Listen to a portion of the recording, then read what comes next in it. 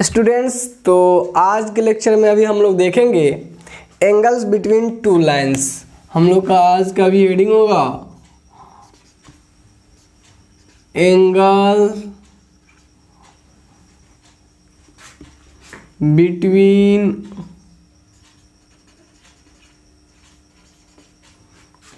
To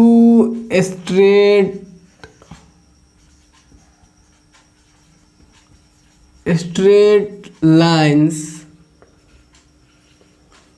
in the terms of their slope, है ना, their slope, in the terms of their slope, है ना, उसके स्लोप के टर्म में, है ना, हम लोग स्ट्रेट लाइन जो दो ठो होगा उसके स्लोप के टर्म में उसके दो स्ट्रेट लाइन के बीच जो एंगल बनेंगे उस एंगल को हम लोग कैलकुलेट करने के लिए फॉर्मूला देख रहे हैं। Let's this is L1, this is L1 and L2 line, okay, ठीक है, and this is the angle between these lines theta. हम जानते हैं कि दो स्ट्रेट लाइन के बीच अगर ये थीटा एंगल बन रहा है तो ये अगर एक्यूट एंगल है तो ये वाला क्या होगा, ऑब्ट्यूस एंगल। ये अगर एक्यूट एंगल है तो ये वाला क्या होगा, ये होगा ऑब्ट्यूस एंगल, ठीक है। तो अगर एक बार हमें एक्यूट एंगल पता चल जाता है तो हम लोग क्या निकाल सकते हैं, ऑब्ट्यूस एंगल, ठीक है। वो पाई माइनस थीटा कर देंगे क्योंकि 180 डिग्री होगा तो 180 माइनस थीटा कर देंगे तो ये वाला एंगल निकल जाएगा। और इसमें आपको ध्यान रखना है when m1 into m2 does not equal to -1, अगर दोनों लाइन का स्लोप का product m1 m2 into product जो है -1 के बराबर ना हो, तब अगर ये -1 के बराबर हो जाता है तो इस केस में दोनों लाइन परपेंडिकुलर हो जाता है। जस्ट हमें आपसे डिस्कस भी करेंगे कि जब m1 इंटू m2 दोनों लाइन का स्लोप का प्रोडक्ट क्या हो जाए -1 तो वो लाइन आपस में 90 डिग्री पे होता है, तो यानी परपेंडिकुलर हो जाएगा। तो उसके केस में आपको चिंता करने की ज़रूरत नहीं है। जब ये m1 इंटू m2 का प्रोडक्ट -1 नहीं होता है, ऐसे केस में अगर आपको थीटा निकालना है तो हम लोग अप्लाई करते हैं लेट वो m1, इसका स्लोप लाइन L1 लाइन का m1 है और इसका m2 है, देन तो हम लोग यहाँ से थीटा कैसे कैलकुलेट करते हैं दोस्तों, देखिए हम लोग यहाँ से कैलकुलेट करते हैं tan theta is equal to mod of m1 minus m2 upon 1 plus m1 into m2, इसका मॉड। इस फॉर्मूला के माध्यम से हम लोग इस दोनों लाइन के बीच का कोई भी दो लाइन जो आपस में इंटरसेक्ट करेगी तो एक एंगल एक दूसरे के बीच में बनेगा, उस एंगल को हम लोग कैलकुलेट करने के लिए हम लोग अप्लाई करते हैं tan theta equal to m1 minus m2 upon 1 plus m1 into m2। अगर थीटा आ गया, ठीक है, तो एक बार हमें ये एक्यूट एंगल मिल गया तो ऑब्ट्यूस एंगल के लिए हम लोग क्या कर लेंगे, पाई माइनस थीटा कर लेंगे। जो एंगल आएगा उसमें से हम उसको क्या कर लेंगे, कैलकुलेट करके सब्सट्रैक्ट कर लेंगे। तो ये है आपको, लेकिन जब भी एंगल बनेगा एक लाइन दो लाइन के बीच में तो कितने तरह के एंगल बनेंगे, दो तरीके के एंगल बनेंगे। कौन कौन एंगल बनेंगे, एक एक्यूट एंगल बनेंगे और एक ऑब्ट्यूस एंगल बनेंगे। आप देख सकते हैं इस चीज़ को। हालांकि आप ये चीज़ भी आप जानते हैं कि आप कहोगे सर ये वाला एंगल ये एंगल बराबर होता है, ये एंगल बराबर होता है। तो आप ध्यान में रखिएगा कि दो एंगल वहाँ पे में बनेंगे, एक एक्यूट एंगल बनेंगे और एक ऑब्ट्यूस एंगल बनेंगे। अगर 90 डिग्री पे हो जाता है तो क्या हो जाएगा, अगर ये दोनों लाइंस 90 डिग्री पे हो जाएंगे तो उस केस में क्या होगा, आपका ये एंगल 90 और ये एंगल 90, अब जितने भी सारे एंगल 90 ही बनेंगे। और उस केस में आप देखिएगा कि जब ये 90 डिग्री पे होता है तो दोनों का स्लोप होता है -1, तो हम लोग -1 तो के लिए कंडीशन यहाँ लिखे नहीं है ना, हम तो उसको अलग ही हटा दिए कि कब in the terms of their slope when m1 m2 does not equal to -1, है ना। अब -1 के बराबर अगर हो जाता है m1 m2, m1 into m2 -1 के बराबर हो जाता है दोस्त, तो क्या होगा, दोनों लाइंस आपस में परपेंडिकुलर होंगे। दोनों लाइंस आपस में क्या होंगे, परपेंडिकुलर। नहीं होगा तो ऐसा लाइन होगा, दो लाइन अगर इंटरसेक्ट करेगा, अब दोनों इंटरसेक्ट नहीं करेगा तो एंगल बनेगा ही नहीं, बनेगा आपस में। दो लाइन जब तक इंटरसेक्ट नहीं करेगा उसके आपस में कोई एंगल नहीं बनना है। जब इंटरसेक्ट करेगा तो या तो ये परपेंडिकुलर पे कर सकता है या फिर नॉन परपेंडिकुलर कर सकता है। नॉन परपेंडिकुलर करेगा तो इस तरीके से एक एक्यूट एंगल, एक ऑब्ट्यूस एंगल बनेगा।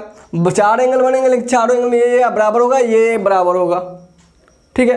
तो एक एक्यूट और एक ऑब्ट्यूस, और ऐसे 90 डिग्री पे हो जाएगा तो स्लोप का प्रोडक्ट -1 हो जाएगा। तो ऐसे भी हम समझ जाएंगे दोनों लाइन क्या है, 90 डिग्री पे है। ये आगे भी हम आपसे डिस्कस करने वाले हैं, क्योंकि इसकी थ्योरी भी हमें डिस्कस करनी है। अच्छा दोस्त, अभी देखिए, तो आपको यहाँ तक समझ में आ गया। चलिए हम इस पे एक प्रॉब्लम करते हैं, ठीक है। देखिए, तो आइए इस पे बेस्ड हम लोग कुछ एक प्रॉब्लम कर लेते हैं, जिससे हमें ये कॉन्सेप्ट क्लियर हो जाए। तो देखिए, आपके पास एक प्रॉब्लम पड़ा हुआ होगा, देखिए इसको पढ़िए।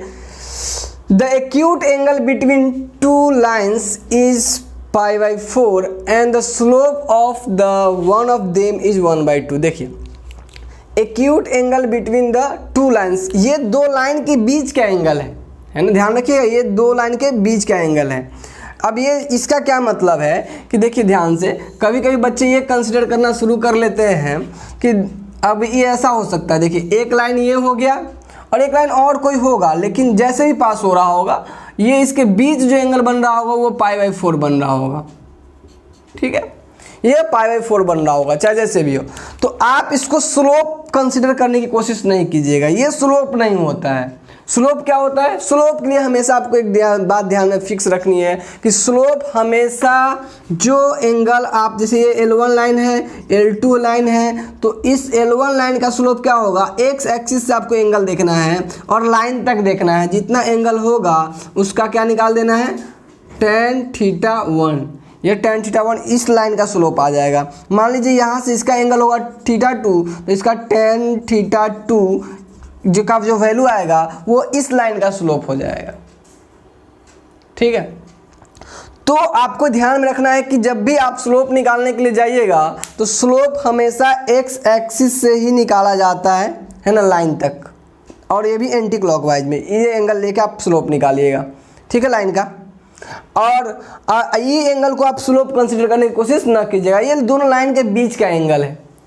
हालांकि हम लोग आगे चल के कुछ प्रॉब्लम में ये चीज़ भी इम्प्लीमेंट कर लेंगे कि देखिए θ2 - θ1 अगर हम कर लेंगे, यानी m2 - m1 का कर लेंगे, तो आपको पता है कि इस स्लोप में से इसका स्लोप का वैल्यू घटा देंगे तो उसके बीच का एंगल हमें मिल जा सकता है। तो अगर हमें किसी केस में हमें ये और ये ना देख के डायरेक्ट स्लोप दिया रहता तो हम लोग इस फार्मूला का इम्प्लीमेंटेशन कर लेते हैं। और वैसे ये फार्मूला याद रखना भी आसान है, आपको याद होगा tan A - b का फॉर्मूला क्या होता है, tan A - tan b बटा 1 + tan A × tan b। उसी फॉर्मेट का कुछ ये है जिससे आपको ये आसानी से याद रहेगा, ठीक है। आ जाइए दोस्तों, तो हम लोग अपने प्रॉब्लम की तरफ बढ़ते हैं और देखते हैं प्रॉब्लम्स को। देखिए दिया क्या क्या है, पहले आपको अच्छे से दिया क्या है वो नोट कर लेना चाहिए। सॉल्यूशन, ठीक है, गिवन क्या क्या दिया गया है, ठीक है, गिवन, ठीक, ये आपको दिया है θ = π/4। अच्छा, and the slope of the one of them is 1/2। दोनों में से एक लाइन का स्लोप आपको 1/2 है। तो एक लाइन का स्लोप 1/2 है, मतलब दो लाइन होगा, उस दोनों लाइन में से दो लाइन में से किसी एक लाइन का आपको स्लोप पता है, किसी एक लाइन का, मान लीजिए L1 L2, किसी भी एक लाइन का, आप किसी एक का लाइन का कंसिडर कर लीजिए। तो मान लीजिए हम लोग M1 का कंसिडर कर लेते हैं। M1 बराबर क्या है, 1/2। ये हमें दिया हुआ है, हमें कह रहा है find the slope of other line, तो कोई दूसरा लाइन होगा उसका स्लोप निकालना है। तो हम लोग यहाँ से क्या कर लेंगे दूसरे लाइन का स्लोप निकालने के लिए। सो देखिए, हमें ये चीज़ पता है, हमें पता क्या करना है दोस्त, M2 बराबर व्हाट, ठीक। तो आ जाइए हम लोग शुरू कर ले इसको, स्लोप कैलकुलेशन। तो हम लोग जैसा कि जानते हैं ये फॉर्मूला हम लोग जान रहे हैं अब, तो यहाँ से हम लोग क्या करेंगे, एज वी नो डैट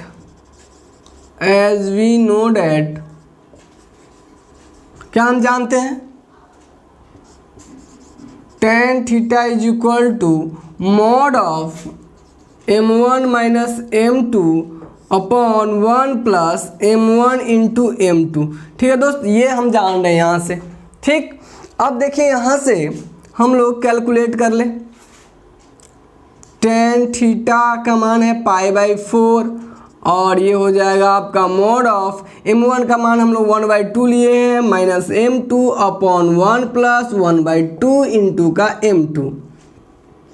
ठीक है, फर्दर जब हम कैलकुलेट करेंगे तो tan π/4 का मान 1 होता है, ये हो जाएगा 1 और ये हो जाएगा एलसीएम ले लेंगे इसका, तो ये हो जाएगा क्या 1 minus 2m2 upon 2 plus m2 upon 2 plus m2 upon 2, यही हो जाएगा। देख लीजिए एक बार। ठीक है, यहाँ से 2 से 2 कैंसिल, गेट्स कैंसिल आउट, तो ये बन जाएगा 1 बराबर mod of 1 minus 2m2 upon 2 plus m2।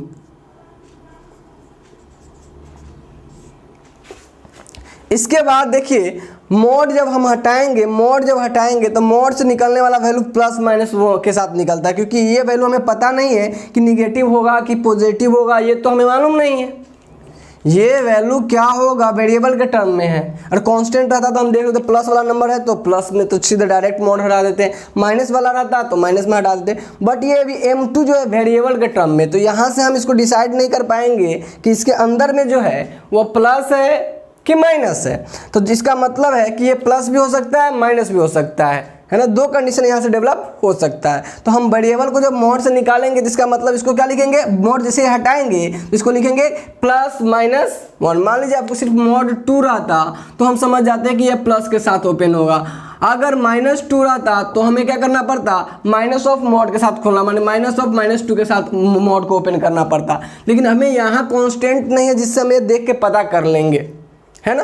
तो यहाँ एक वेरिएबल के टर्म में तो हमें ये पता नहीं, तो हम मान के चलेंगे कि ये प्लस भी हो सकता है और माइनस भी हो सकता है। तो यहाँ से क्या करेंगे कि हम लोग नोट डाउन करेंगे इसको कि ये हो जाएगा, आपको हटाएंगे जैसे ही प्लस माइनस इतना। तो आपको याद है कि x माइनस 2 बराबर 2 रहता है, तो इसको हम लिख सकते हैं x माइनस ऑफ 2, कोई दिक्कत नहीं। तो उसी तरीके से इसको जब मॉड को हम प्लस माइनस लिखेंगे इतना, तो वही प्लस माइनस इसके साथ भी लिख सकते हैं, कोई दिक्कत नहीं। तो यानी इसको ऐसे लिख सकते हैं क्या, plus minus 1 equal to 1 minus 2m1 upon 2m2, कोई दिक्कत। या यही बात को ऐसे लिखते हैं प्लस माइनस इतना सेम, तो यहाँ पे आपका ये हो जाएगा प्लस माइनस 1।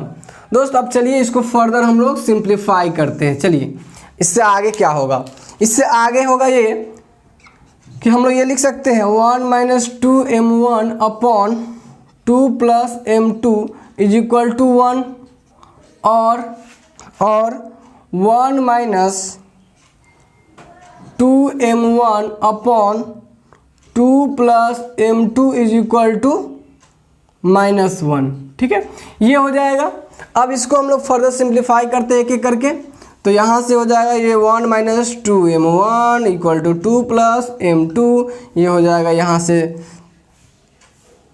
ये हो जाएगा आपको यहाँ से 3m2 हो गया, m1 तो अरे m2 टर्म कैसे आ गया, ये m2 गलत कर दिए हम लोग, m2 तो यहाँ पे m2 था, ये भी m2 था, ये 2m यहाँ से ये m2 होगा, है ना बाबू, देख लो यहाँ पे मिस्टेक था, ये सही कर लो। ये m2 होगा, ये m2 होगा, ये m2 होगा। ठीक है, अब ये हो जाएगा यहाँ से 3m2 इज इक्वल टू, जब इसको इधर भेजेंगे तो ये हो जाएगा 3m2 बराबर क्या हो जाएगा, इधर आएगा तो ये हो जाएगा आपका -1, ये इधर आएगा -1 हो जाएगा, इधर जाएगा 3m2 एग्जैक्टली। यहाँ से इसलिए m2 का मान क्या आ जाएगा, m2 का मान आ जाएगा -1/3। तो एक मान तो ये आ गया। चलिए दूसरा को सॉल्व करते हैं, है ना, इस वाले को सॉल्व करते हैं, दिस इम्प्लाई। तो यहाँ से हो जाएगा 1 minus 2m2 equal to 2 plus m2। यहाँ से अगर हम सॉल्व करेंगे तो ये हमारा बन जाएगा, देखिए क्या बनेगा, ये 2m2 उधर जाएगा, 3m2, ये हो जाएगा ये हमारा -2 होगा, ये -2 होगा, ये -m2 होगा। ठीक है, तो ये हो जाएगा क्या, -1 -2m2 और -2, क्योंकि माइनस से मल्टीप्लाई हुआ। अब देखिए यहाँ से इसको जब हम फर्दर सॉल्व करेंगे तो क्या हो जाएगा, इधर हो जाएगा 3 = ये इधर आएगा तो 1 3 और इधर जाएगा तो क्या हो जाएगा, -2 जाएगा तो प्लस, यानी हो जाएगा m2। तो इसीलिए m2 का मान दोस्त यहाँ से क्या मिल जाएगा हम लोगों को, तो यहाँ से आपको मिल जाएगा इस तरह से m2 = 3। दोस्तों हम लोग के पास 2 स्लोप का मान है, यानी दूसरे लाइन का जो स्लोप होगा वो 2 स्लोप उसका 2 स्लोप का मान आ गया। तो इसका क्या मतलब, एक लाइन है उसका 2 स्लोप का मान आ रहा है, ये क्या, यहाँ से आपको 2 स्लोप मिला है, यानी स्लोप ये हो सकता है या ये हो सकता है। तो स्लोप ऑफ अदर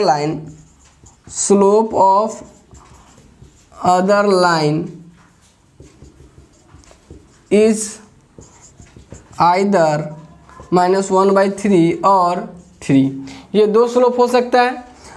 तो यहाँ 2 स्लोप कहने के क्या मतलब है, ठीक है, 2 स्लोप कहने के देखते 2 स्लोप का क्या मतलब, यहाँ पे 2 स्लोप आया, इसका क्या मतलब है। देखिए एक्चुअल में क्या है, एक लाइन का 2 स्लोप नहीं, यहाँ क्या किया गया है कि ये लाइन ऐसे भी होगा तो इसके साथ π/4 बना सकता है, और ये लाइन इसके ऊपर भी होगा तो π/4 बना सकता है।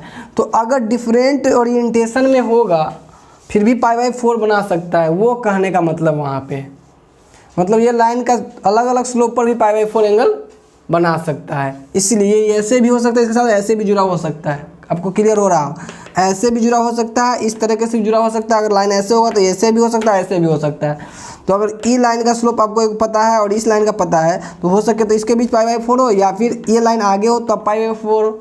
तो अलग तरीके से, यानी हालांकि निगेटिव आ रहा है तो स्लोप इधर की ओर जाएगा, सेकेंड क्वाड्रेंट में लाइन चला जाएगा।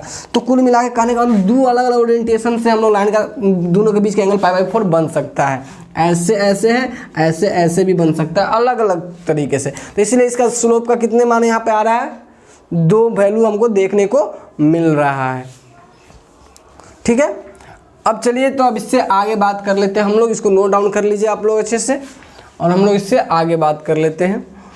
तो ये आप लोगों को क्लियर हो गया होगा कि कैसे हम लोग स्लोप पता रहता है। अब ध्यान में एक बात भी दीजिएगा कि ये स्लोप आया है, अगर इसे यही पूछता है कि कितना एंगल बना रहा होगा एक्स एक्सिस के साथ, इस स्लोप से जो एंगल आएगा वो एक्स एक्सिस के साथ एंगल आएगा। कहने का क्या मतलब है, मान लीजिए आप tan थीटा बराबर ये आया कितना, m1 बराबर है -1/3। तो थीटा अगर आपको निकालना है कि कितना एंगल बना रहा होगा, यानी जो दूसरा लाइन है वह L2 लाइन और L1 है, ये दूसरा वाला लाइन अगर मान लीजिए दूसरे वाला लाइन का स्लोप है तो वह कितना एंगल बना रहा होगा एक्स एक्सिस के साथ, तो वो निकालना पड़ेगा आपको। tan थीटा बराबर क्या हो जाएगा, tan इनवर्स -1/3। आप कैलसी से इस वैल्यू कैलकुलेट कर सकते हैं, क्योंकि नॉर्मली हम ये वैल्यू तो कैलकुलेट कर नहीं पाएंगे, तो कैलकुलेटर से आप इसको कैलकुलेट कर लीजिए। जो थीटा का मान आएगा वह इस L2 लाइन का एक्स एक्सिस के साथ एंगल हो जाएगा। ठीक है, क्लियर है क्या।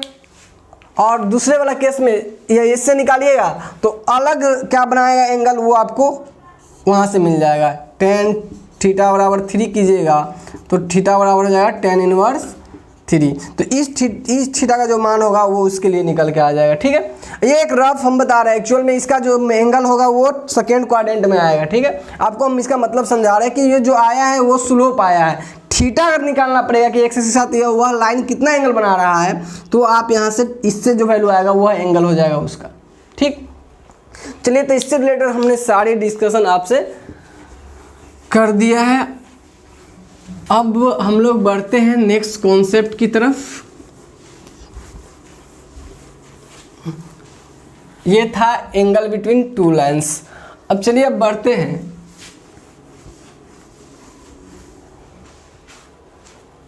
नेक्स्ट। हम लोग का कॉन्सेप्ट होगा, नेक्स्ट हम लोग अभी देखेंगे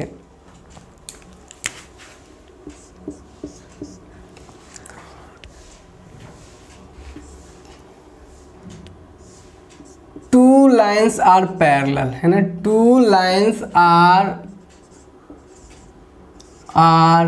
पैरेलल, 2 लाइन्स आर पैरेलल।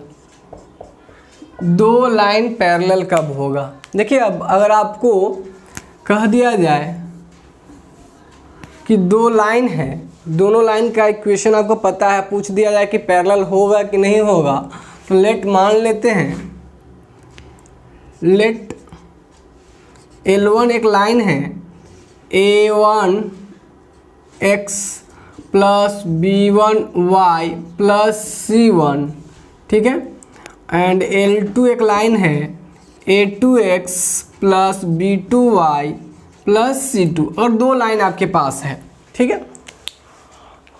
अब पूछा जाए कि ये दोनों पैरेलल है कि नहीं है, तो देखिए तो दो लाइन अगर पैरेलल होता है तो उस केस में होता क्या, एक्चुअल में ऑब्जर्व कीजिए कि दो लाइन अगर पैरेलल है, ठीक, दो लाइन अगर पैरेलल है तो उस केस में होता क्या है, सो ऑब्जर्व कीजिए। ये अभी पैरेलल दिख रहा है, जब पैरेलल कोई लाइन होता है तो उस केस में उसके साथ एक इवेंट होता है। क्या इवेंट होता है, सो देखिए कि उसका जो एंगल होता है, यानी जो उसका स्लोप होता है, जो उससे थीटा, जो थीटा होगा उससे टेन थीटा निकालेंगे वो स्लोप आएगा, तो जो उसका स्लोप होगा वो बराबर बनता है। दो पैरेलल लाइन जो होते हैं, जो दो पैरेलल लाइन्स होते हैं, ध्यान से देखिएगा इस चीज़ को, ऑब्जर्व कीजिए आप। ये जब दो लाइन्स पैरेलल होते हैं, ये लाइन और ये लाइन पैरेललोग्राम पैरेलल है, इसका मतलब इसका इंक्लाइनेशन सेम है एक्स एक्सिस के साथ, यानी इस लाइन के साथ इसका इंक्लाइनेशन क्या है, सेम है, सेम एंगल पे ओरिएंटेड है। तो जो दो लाइन पैरेलल होते हैं तो उसका इंक्लाइनेशन सेम बनता है, जिससे उसका स्लोप क्या आता है, सेम आता है। तो आपको ध्यान में क्या रखना है कि इसका मतलब सीधा सा कॉन्सेप्ट हुआ कि अगर दोनों लाइन पैरेलल होगा तो उसका स्लोप क्या होगा, बराबर होगा। दो लाइन पैरेलल होगा तो क्या उसका स्लोप क्या होगा, बराबर होगा। तो हम लोग मान के चलते हैं कि हमें इसका स्लोप m1 है और इसका स्लोप m2 है, ठीक है, इसका स्लोप m1 है, इसका स्लोप m2 है। वैसे आप स्लोप निकालने का तरीका आप जान रहे हैं क्या, कि इसका स्लोप कैसे होगा, आपको याद है कि ऐसे लाइन का स्लोप कैसे लिखा जाता है, माइनस ऑफ x का कोफिशिएंट यानी a1 अपॉन b1, और इसका क्या हो जाएगा, minus of a2 upon b2, ठीक है। ये स्लोप लिखने का तरीका आपको बता रखे। तो अगर दो लाइन दिया तो स्लोप आप आसानी से निकाल लोगे। इफ m1 बराबर m2 है ना, यानी स्लोप बराबर हो दोनों लाइन का, then L1 and L2 are parallel to each other. अगर स्लोप बराबर हो गया, मतलब आपको सिर्फ ये फोकस रहना है, स्लोप बराबर हो गया तो हम लोग कहेंगे दोनों लाइन पैरेलल है। तो ध्यान से देखिए इस चीज़ को, क्या आप देख पा रहे हैं कि जब स्लोप की चर्चा हो रही है तो उसमें कांस्टेंट टर्म कहीं इन्वॉल्व नहीं हो रहा है, मतलब कांस्टेंट टर्म कुछ भी हो उससे फर्क नहीं पड़ रहा है। इस पर स्लोप बराबर करने के लेके क्या कहीं कांस्टेंट टर्म का रोल आ रहा है, ये वाला जो रहता था इसका रोल नहीं आ रहा है। इसका मतलब ये हुआ कि हम स्लोप बराबर, जब भी हम पैरेलल लाइन करेंगे तो ये कांस्टेंट अलग अलग हो सकता है, बट स्लोप क्या होना चाहिए, बराबर होना चाहिए। तो अगर हम लोग को कोई लाइन का इक्वेशन लिखना है, जैसे मान लीजिए हम आपको दे दिए a x plus B Y plus C, ठीक है, c1 इक्वल टू 0, ठीक है, c1 इक्वल टू 0, तो कहेंगे इसके पैरेलल एक लाइन लिखिए। आप क्या लिखिए, इसके पैरेलल एक लाइन लिखिए। तो हम लोग क्या लिख सकते हैं, इसके मान लीजिए ये कोई लाइन होगा, हमें नहीं पता कोई लाइन है ये, इसका कोई इक्वेशन है ax plus B Y plus c1, वो किधर से भी जा रहा है ना, जब वैल्यू दिया रहेगा तो पता चलेगा। तो अब ये एक लाइन है, इस लाइन के पैरेलल आपको कहा जाए कि एक लाइन ड्रॉ कीजिए, कोई भी लाइन जो इसके पैरेलल हो, आगे ऊपर नीचे कोई भी लाइन। तो हम लोग क्या कहेंगे, भाई ये लाइन है तो इतना तक तो सेम रहेगा, क्योंकि स्लोप अगर बराबर है तो इतना तक तो बराबर ही जाएगा, ये चूंकि बराबर हो जाएगा फाइनली m1 m2 बराबर, और कह सकते हैं माइनस a1 बट्टा b1 equal to minus a2 बट्टा b2, ये बराबर। तो कहने का मतलब सीधा सा कॉन्सेप्ट है, ये वाला टर्म बराबर है, खाली कांस्टेंट अलग हो सकता है। तो इसके लाइन जो कोई पैरेलल लाइन होगा हमको समझ में आ रहा है, उसका तो इतना चीज़ तो सेम ही होगा, सिर्फ हमको क्या पता नहीं रहेगा वो कांस्टेंट अलग है कि सेम है। ठीक है, ठीक है। अब अगर तो अब ये लाइन वो लाइन का इक्वेशन हो जाएगा। अब इसमें यही है कि इसके पैरेलल लाइन का, अब इसमें यही है कि इसका C2 हमें पता नहीं रहेगा, ठीक। अब देखिए, अब कहेगा कि मान लीजिए कि C भी बराबर हो गया, तब किसी का कहना होगा कि देखिए सर वो लाइन ऐसा ही हो, उसका स्लोप भी बराबर होगा और ये कांस्टेंट भी बराबर हो जाएगा। तो कुछ नहीं, ये लाइन और वो लाइन सुपर इम्पोज कर जाएगा, क्योंकि दोनों लाइन सेम बन जाएगा। ये लाइन अगर मान लीजिए इसका है तो ये इसका लाइन क्या हो जाएगा, इसी पे इम्पोज कर जाएगा। पैरेलल भी होगा क्योंकि इम्पोज सुपर इम्पोज कर रहा है, पैरेलल भी होगा लेकिन सुपर इम्पोज कर जाएगा। जब C अलग होगा तो पैरेलल रहेगा, कहीं कांस्टेंट इसका अलग होगा, ठीक है। पैरेलल रहेगा, स्लोप बराबर रहेगा, केवल C का मान अलग होगा। तो दोस्त आपसे क्वेश्चन इसमें जो पूछा जाता है उसके लिए समझिए, इतना कॉन्सेप्ट समझाने के पीछे क्या मेरा क्या मतलब है। आपको कहा जाएगा कि एक लाइन दे देगा, कहेगा उस लाइन के पैरेलल एक लाइन का इक्वेशन लिखिए, एक लाइन के पैरेलल लाइन का इक्वेशन लिखिए। एक लाइन का इक्वेशन आपको दे देगा 2x + 3y + 5 इस तरह से कुछ, और कहेगा एक लाइन जो इस लाइन के पैरेलल है उसका इक्वेशन लिखिए, ठीक है, जो 2,3 से पास करता है, 3,5 से पास करता है, ठीक है। तो आपको क्या करना है, सो सुनिए, ये कॉन्सेप्ट आप नोट डाउन कर लीजिए। ये कॉन्सेप्ट आपको पैरेलल, देखिए जब भी पैरेलल लाइन कहेगा समझ जाइए उसका स्लोप क्या हो, बराबर, एकदम फिक्स रख लो माइंड में। पैरेलल मतलब स्लोप बराबर, ठीक है, और स्लोप बराबर मतलब समझ रहे ये वाला टर्म आपस में बराबर हो जाएगा। चलिए, तो अब हम लोग बात करते हैं जरा सा क्वेश्चन अप्रोच की, कैसे आप क्वेश्चन पे अप्रोच करोगे, कैसे क्वेश्चन पूछेगा, ठीक है। देखिए कहेगा क्वेश्चन इस तरीके से आपसे पूछेगा, राइट द, और बहुत VVI है ना, बहुत ही VVI है क्वेश्चन, इस सबसे बहुत आते हैं। Right the equation of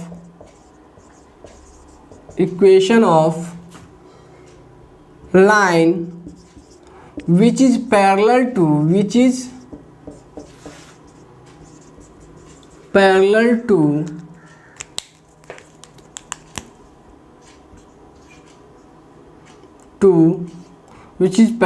to 2x + 3y + 5, ठीक है।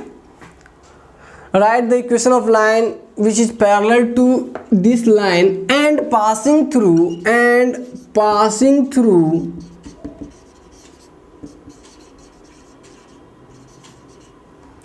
2,3, ठीक है।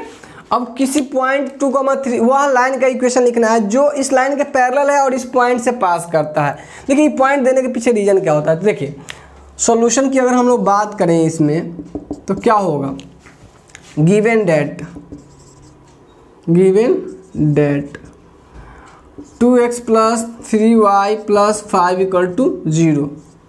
नाउ अब बताइए लाइन पैरेलल टू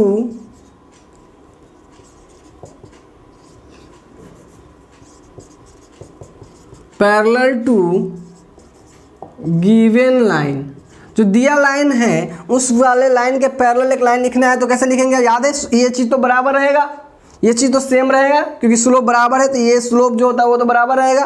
तो हम लोग देखिए और भी तरीका है, कई तरीके से पूछ रहे हैं, सबसे सिंपलेस्ट तरीका है कि स्लोप बराबर है मतलब इतना चीज़ बराबर रहेगा, ये फिक्स है।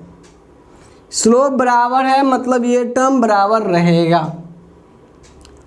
अब अलग बात है कि कभी कभी आपको ये बराबर नहीं दिखेगा, जब कॉमन लोगे तब दिखेगा। मान लीजिए यहाँ पे ये लाइन है और आपको कहेगा, अच्छा इसको भी करते हैं, पहले इसको देख लीजिए। तो कहने का मतलब ये टर्म तो क्या रहेगा, बराबर रहेगा। तो यहाँ से हम लोग क्या लिखेंगे दोस्त, बताओ 2x + 3y प्लस इसका C अलग हो सकता है, C अलग, कांस्टेंट अलग, तो हमको ये नहीं पता था, हमको C = 0।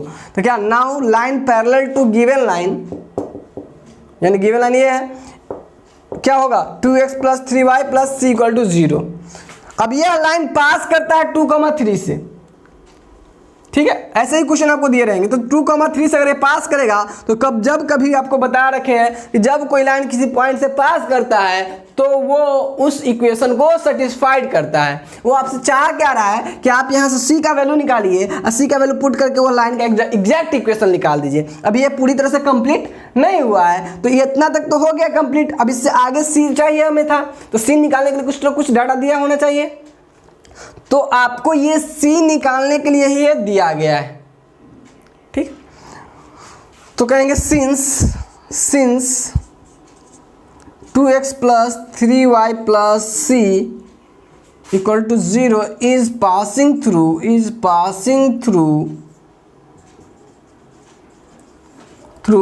point 2,3 so that it satisfy the equation.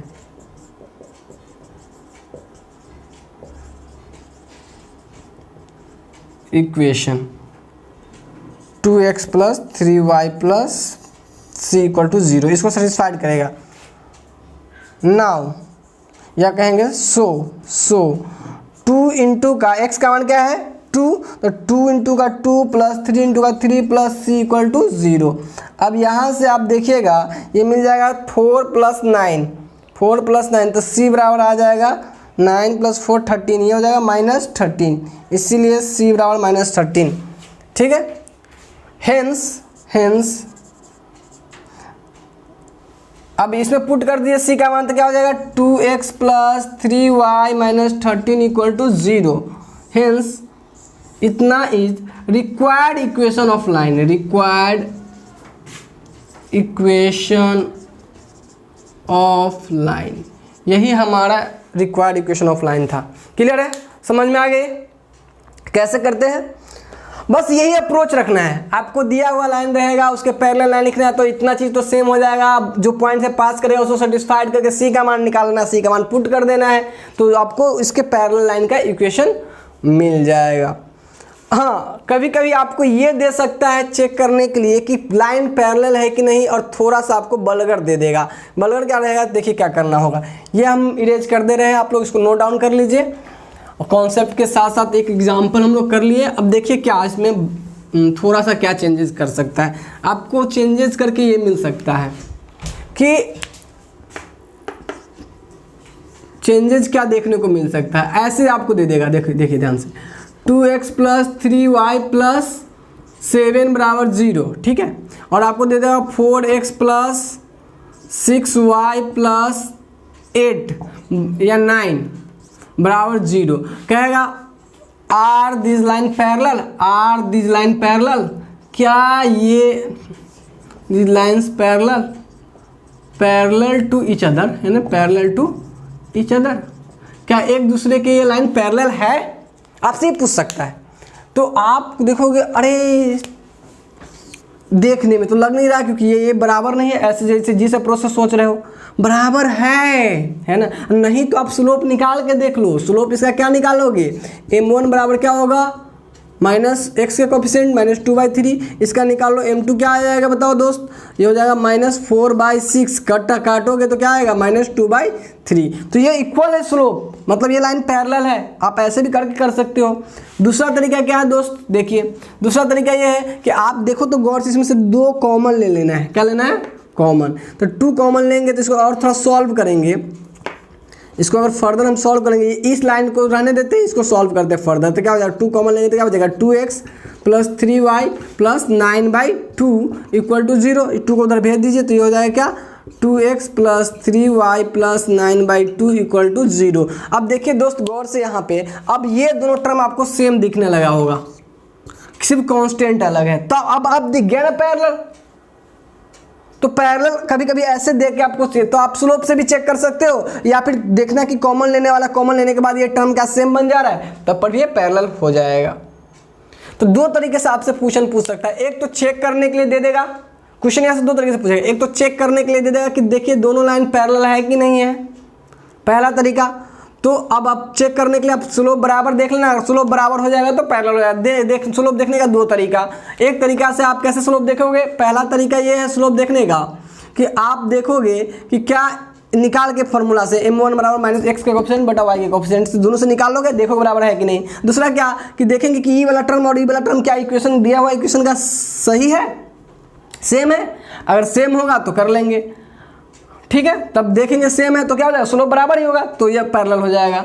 हाँ, मान लीजिए कभी कभी इक्वेशन आपको इस फॉर्मेट में नहीं दिया हुआ हो, ऐसे दे सकता है, मान लीजिए 2x बराबर 2y माइनस 7, तो आपको पहले इसको अरेंज करके एकदम इस जनरल फॉर्म में ले आना है ताकि आपको वहाँ से एकदम स्पष्ट बात दिखाई दे। तो ये आपका बेसिक कॉन्सेप्ट है जिसको आपको कर लेना है पहले।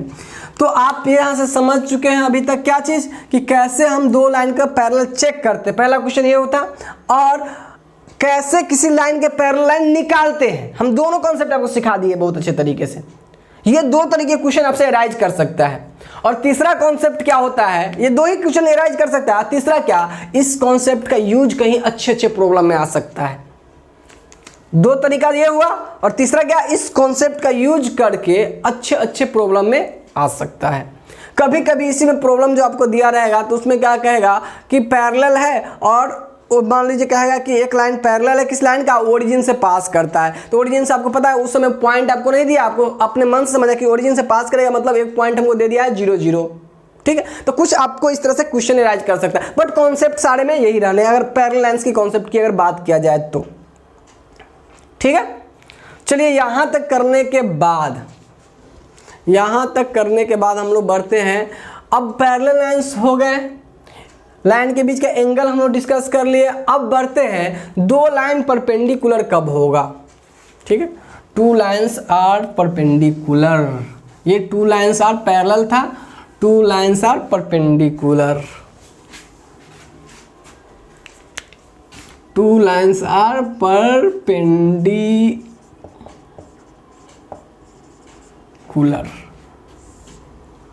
ठीक है। दो लाइन परपेंडिकुलर कब होगा, ठीक। तो देखते हैं कि दो लाइंस परपेंडिकुलर कब होगा। देखिए ध्यान से इस चीज़ को देखिए कि दो लाइन परपेंडिकुलर होता है तो अभी हम लोग देखे थे कि दोनों का स्लोप का प्रोडक्ट क्या होता है, -1। तो आपको यहाँ पे हम लेट कर लेते हैं कि L1 एक लाइन है A1x plus B1y plus C1 equal to 0, और L2 लाइन है A2x plus B2y plus C2 equal to 0। इसका स्लोप M1 मान लेते हैं और इसका स्लोप M2 मान लेते हैं, ठीक है।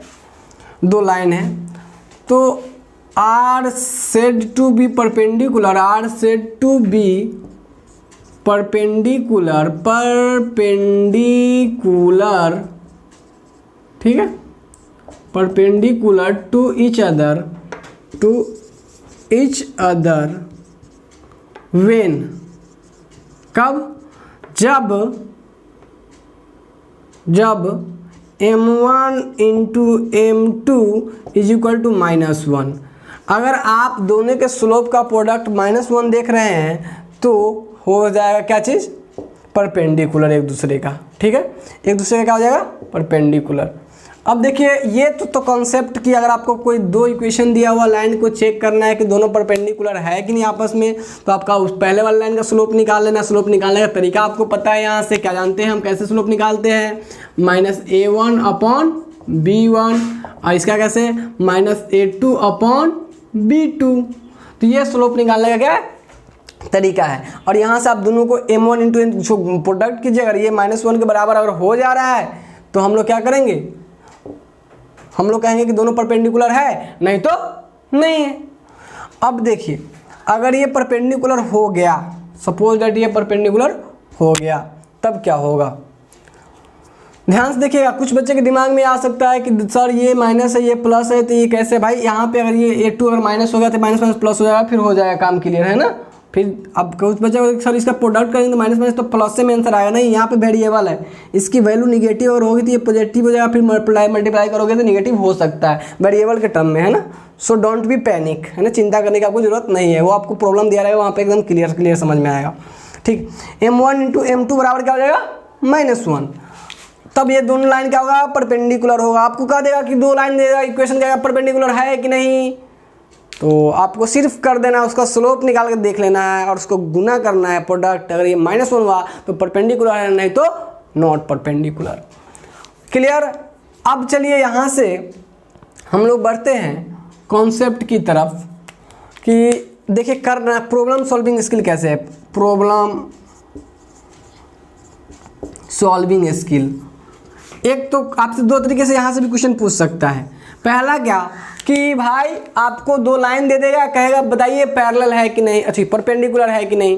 तो क्या करोगे, दोनों का स्लोप निकाल के प्रोडक्ट करवाओगे, अगर -1 होता है तो परपेंडिकुलर है एक दूसरे के, अगर नहीं आता तो परपेंडिकुलर नहीं है। पहला क्वेश्चन करने का तरीका उसका ये रहेगा, ठीक है। दूसरा उसका क्वेश्चन करने का तरीका क्या हो सकता है, वो क्वेश्चन आपसे इस तरीके से कर सकता है कि बताइए एक लाइन के परपेंडिकुलर लाइन है ना, एक लाइन का स्लोप दे देगा ये है, इस लाइन के, या फिर लाइन का इक्वेशन दे देगा, देखो स्लोप दे देगा तो ये वाह वाह, लाइन दे देगा तो ये वाह, क्योंकि हम स्लोप दिया तो सही बात है, लाइन दिया तो हम स्लोप निकालना जानते हैं। तो स्लोप तो लाइन दे देगा, इस लाइन के एक लाइन दिया रहेगा, इस लाइन के एक परपेंडिकुलर लाइन निकालिए जो इस पॉइंट से पास करता है, ठीक। इस लाइन के परपेंडिकुलर लाइन निकालिए जो इस लाइन से पास करता है। तो दोस्त मान लीजिए हम आपको कह रहे हैं कि ax + by + c1 = 0 एक लाइन है, तो इसके परपेंडिकुलर लाइन जो होगा, परपेंडिकुलर लाइन, ये इसके लिए आपको कुछ भी नहीं करना है। ये इक्वेशन दिया रहेगा, इसके परपेंडिकुलर लाइन का इक्वेशन अगर लिखना है तो कुछ भी नहीं करना, आपको करना है क्या, सो देखिए b वाला कोफिशिएंट को इसके x वाले में डाल देना है, यानी bx हो जाएगा, और a वाले को y वाले में डालने देना है, इंटरचेंज कर देना है, x वाला को y में, y वाला को x में, ये ay हो जाएगा, प्लस c2 = 0। यही वो लाइन होगा जो इसके परपेंडिकुलर होगा। अब गौर से देखिएगा आप इस जो इक्वेशन दिया गया है, इसका स्लोप और इसका स्लोप का प्रोडक्ट आपको -1 मिलेगा, इसीलिए हम लोग कर पाए। ये आपकी इस प्रॉब्लम को बहुत आसानी से सॉल्व करने के लिए, क्यों, क्योंकि देखिए ये है, इसको इंटरचेंज कर लीजिए, इसको इंटरचेंज कीजिएगा। करना क्या है, जो कैसे करना है, ये लाइन है, इसके परपेंडिकुलर या लाइन का इक्वेशन है, देखिए कैसे किए, इसको x वाले में भेज दिए, x वाले को a वाला में कोफिशिएंट को भेज दिए और माइनस लगा दिए। अब इससे आप देखिएगा कि आप इसका स्लोप निकालिए, इसका स्लोप निकालिए, इसका स्लोप क्या हो जाएगा, मान लीजिए m1 है तो क्या होगा, -x का कोफिशिएंट बट्टा का y का कोफिशिएंट। अच्छा, इसका स्लोप निकालिए m2 माइनस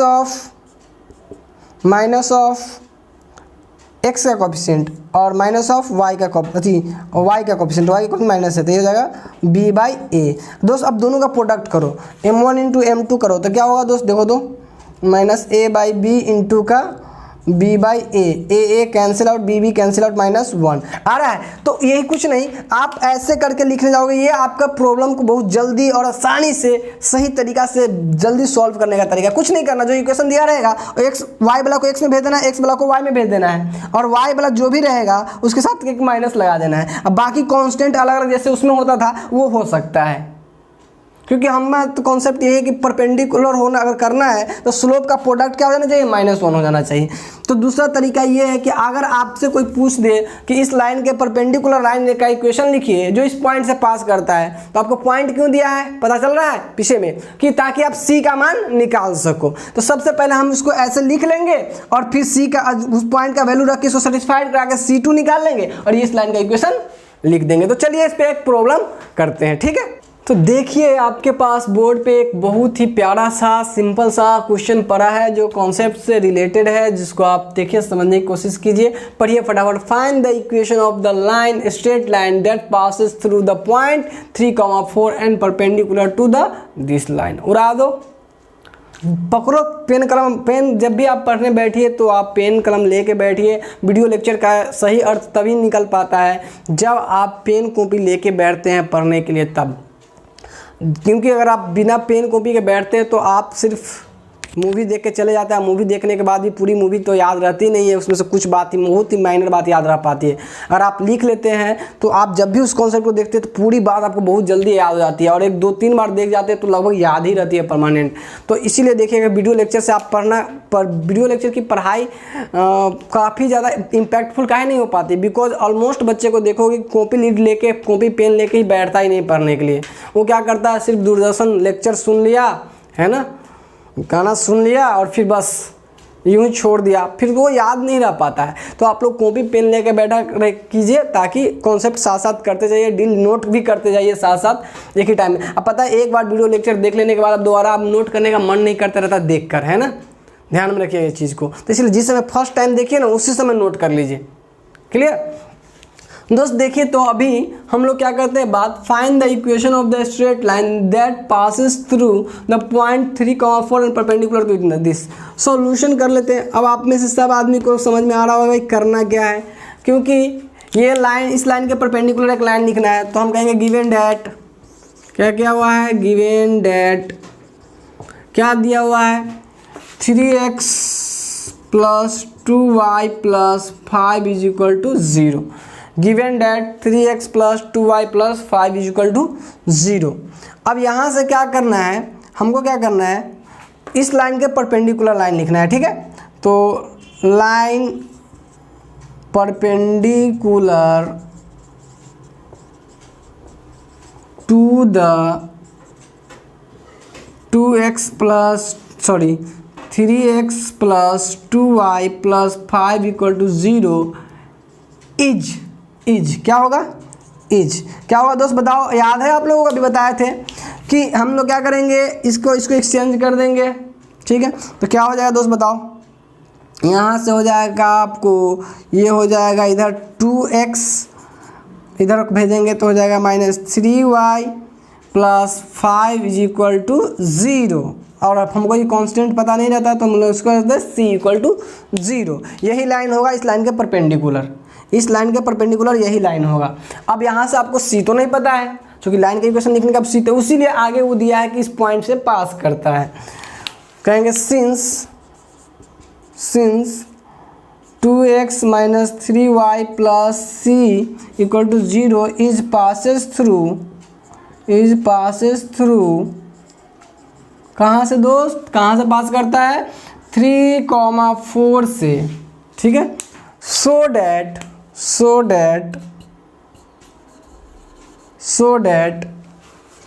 ठीक है, so that it satisfy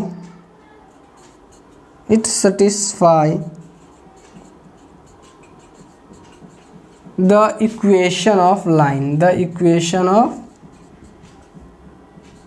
line, now तब क्या हो जाएगा बताओ दोस्त, नाउ क्या हो जाएगा, वैल्यू पुट कर दो, सेटिस्फाई करेगा तो हो जाएगा 2 × 3 - 3 × 4y का वैल्यू 4 है + c = 0। यहाँ से दोस्त आपको c का मान मिल जाएगा, कितना होगा 6 - 12, तो यहाँ बच जाएगा -6 उधर आएगा तो +6, इसीलिए c बराबर आ जाएगा कितना 6। सो डैट अतः इस अब c का मान आ गया तो c का मान पुट कर दीजिए। So that 2x - 3y + 6 = 0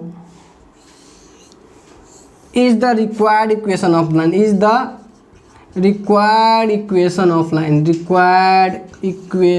of line. ठीक है, जो हमें लाइन चाहिए थी उसकी यही इक्वेशन हो जाएगी। अब बात यह है कि दोस्त ऐसे बना रहे हैं, कुछ बच्चे का अप्रोच अलग रहता है इसी काम को करने का अप्रोच रहता है, तो कहेगा कि क्या सर वो ऐसे बनाएंगे तो गलत है या फिर ऐसे बना रहे तो गलत है। नहीं दोस्त, दोनों सेम सही तरीका है। ये आपको बहुत ही कन्विंसिंग तरीका, बहुत ही आसान, वन ऑफ द चीफेस्ट वे, सबसे आसान है ना। अब दूसरा तरीका क्या है सो भी देख लीजिए। अब कहेगा इसके परपेंडिकुलर लाइन, तो पहले हम इसका स्लोप निकालेंगे। क्या देखो, दूसरा तरीका हम आपको ऐसे ही बता दे रहे हैं कि क्या कर सकता है बच्चा या कोई स्टूडेंट, इसका स्लोप निकालेंगे। तो इसका स्लोप मान लीजिए m1 है, हमको पता नहीं क्या आएगा, लेकिन यहाँ से तो हम देख सकते हैं इसका क्या आएगा। तो ये हो जाएगा क्या, -x का कोफिशिएंट -3 और y का कोफिशिएंट क्या हो जाएगा 2। ठीक है, और हमें दूसरे वाला लाइन जो इसके परपेंडिकुलर उसका स्लोप नहीं पता है, लेकिन आपको पता है कि m1 × m2 क्या होता है -1। तो यहाँ से हम क्या करेंगे, एक का पता है तो दूसरे परपेंडिकुलर लाइन का आप स्लोप निकाल लोगे। तो यहाँ से आप -3/2 हो जाएगा इंटू m2 हो जाएगा, यहाँ से 1 हो जाएगा, ये यहाँ से m2 बराबर हो जाएगा क्या चीज़, m2 = हो जाएगा दोस्त, m2 = क्या हो जाएगा 2/3। यहाँ से दोस्तों आपको दूसरे लाइन का स्लोप मिल जाएगा। अब दूसरे लाइन का देखिए, अब किसी लाइन का आपको स्लोप पता है और वो किस पॉइंट से पास करता है, तो आपको इक्वेशन उसका लिखने नहीं आता है, सिखा रखे हैं क्या? जब स्लोप और पॉइंट पता तो y minus y1 equal to m into x minus x1। आपको y1 और x1 पता है, y1 x1 पता है 3 और 2, और m स्लोप पता है, तो इसका इक्वेशन लिख लीजिए उसमें पुट करके। तो दूसरा तरीका ये है, दूसरा तरीका ये है जिससे बच्चा पहले दिया हुआ लाइन का स्लोप निकालता है, m1 इंटू m2 लगा कर दूसरे का स्लोप निकाल लेता है, और दूसरे लाइन जो परपेंडिकुलर उसका स्लोप पता है और वो किस पॉइंट से पास कर रहा है, तो आपको पता है कि ऑलरेडी ये फॉर्मूला से लाइन का इक्वेशन लिखा जा सकता है। तो उसका किसी लाइन का हमको स्लोप और पॉइंट किस पॉइंट से पास करता है वो पता होता है, तो उस लाइन का इक्वेशन इस फॉर्मूला से लिख लेते हैं। तो ये दो तरीका है, आप इस दोनों तरीका से जा सकते हो, किसी में कोई प्रॉब्लम नहीं। बट हम ये कहेंगे आप इस चीज़ को प्रेफर करो, बहुत ही आसान लगता है, बहुत मजा, इसका उल्टा कर देना है और इसको सेटिस्फाइड करके वैल्यू निकाल के बस पुट कर देना है। हालांकि ये भी इतना मतलब लेंदी नहीं है, बट ये आप प्रॉपर वे में आप इसको हम प्रेफर करेंगे, हम अपना सजेशन देंगे कि आप इससे जाइए। बाकी आप भी मैच्योर हो चुके, आपकी मर्जी, आपके पास दोनों ऑप्शन है खुली हुई, हम दोनों आपको बता दिए। तो ठीक है, तो ये अभी तक हम लोग परपेंडिकुलर लाइन्स देख लिए हैं, अब देखेंगे हम लोग नेक्स्ट कॉन्सेप्ट को।